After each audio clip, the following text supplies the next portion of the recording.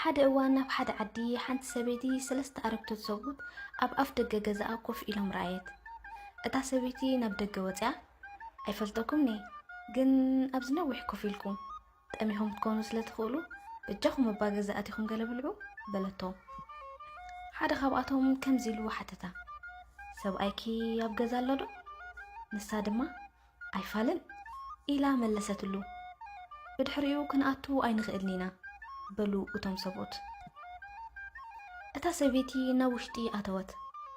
ምሸት በዓል ቤታ ምስ መፀ ድማ ብዛዕባ እቶም ኣብ ኣፍ ደገ ኮፍ ኢሎም ዝነበሩ ሰብኡት ኩሉ ነገር ዘጋጠማ ይዕለለቶም። በዓል ቤታ ድማ ከይዳ ነቶም ሰብኡት ኣትዮም ገለ መግቢ ክበልዑ ክትነግሮም ከም ዘለዋ ነገራ። ወፂኣ ድማ ሕጂ ሰብኣየ ኣሎ ገዛ ንኹልኹም ይዕድመኩም ኣሎ እጃኹም ናብ ውሽጢ ኣቲኹም ምሳና ምግቢ ብልዑ በለቶም። ንሳቶም ድማ ሓቢርና ናብ ውሽጢ ገዛ ይንኣቱን ኢና። ስለምንታይ ምስ ሓተተት ሓደ ካብቶም ኣረግቶት ከምዚ ኢሉ ገለጸ። ናብ ሓደ ካቢ ዕርክቱ እናመልከተ እዚ ሃብቲ ይበሃል።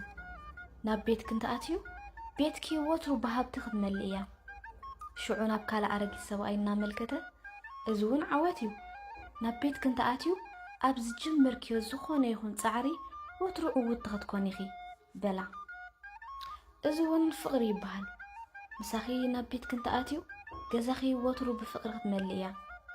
ብድሕሪኡ ምስ በዓል ቤታ ክትዘራረብ ናብ ገዛኣ ተመልሰት። ኣየናይ ካብኣቶም ናብ ገዛ ንዓድሞ ኢላ ተወከሰቶ። በዓል ቤታ ብዛዕባ እዚ ምስ ሰምዐ ኣዝዩ ተሓጎሰ እሞ ከምዚ በለ ሃብቲ ንዓድሞ መፂኡ ንቤትና ብሃብቲ ይምላእ እያ በላ። በዓል ቤቱ በዚ ኣይተሰማማዓትን። ንምንታይ ኢና ንዓወት ዘይንዕድሞ በለቶ።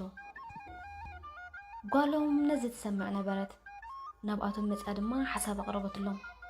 ኣብ ገዛና ንፍቕሪ እንተንዕድሞ ይመሓሸን ሽዑ ቤትና ንዘለኣለም ብፍቕሪ ክትመልእ እያ በለቶም። ሰብኣይን ሰበይትን ድማ ተሰማምዑ። እታ ሰበይቲ ተመሊሳ ወፂኣ ከምዚ በለቶም ካብኻትኩም ኣየናይ እዩ ፍቕሪ? ፍቕሪ ተንሲኡ ናብቲ ገዛ ገፁ ክኸይድ ጀመረ። ልክዕ ሽዑ እቶም ካልኦት ክልተ እውን ተንሲኦም ክስዕብዎ ጀመሩ።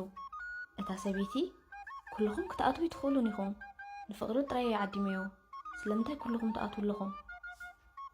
እቶም ኣረግቶት ድማ ከምዚ ኢሎም መለሱ ሃብቲ ወይ ዓወት እንተተዕድሚ እቶም ካልኦት ክልተ ኣብ ደገ መፀናሕና ነርና። ንፍቕሪ ስለ ዝዓደምክ ግን ኣብ ዝኾነ ቦታ ምስኡ ኢና ንኸይድ በለዋ።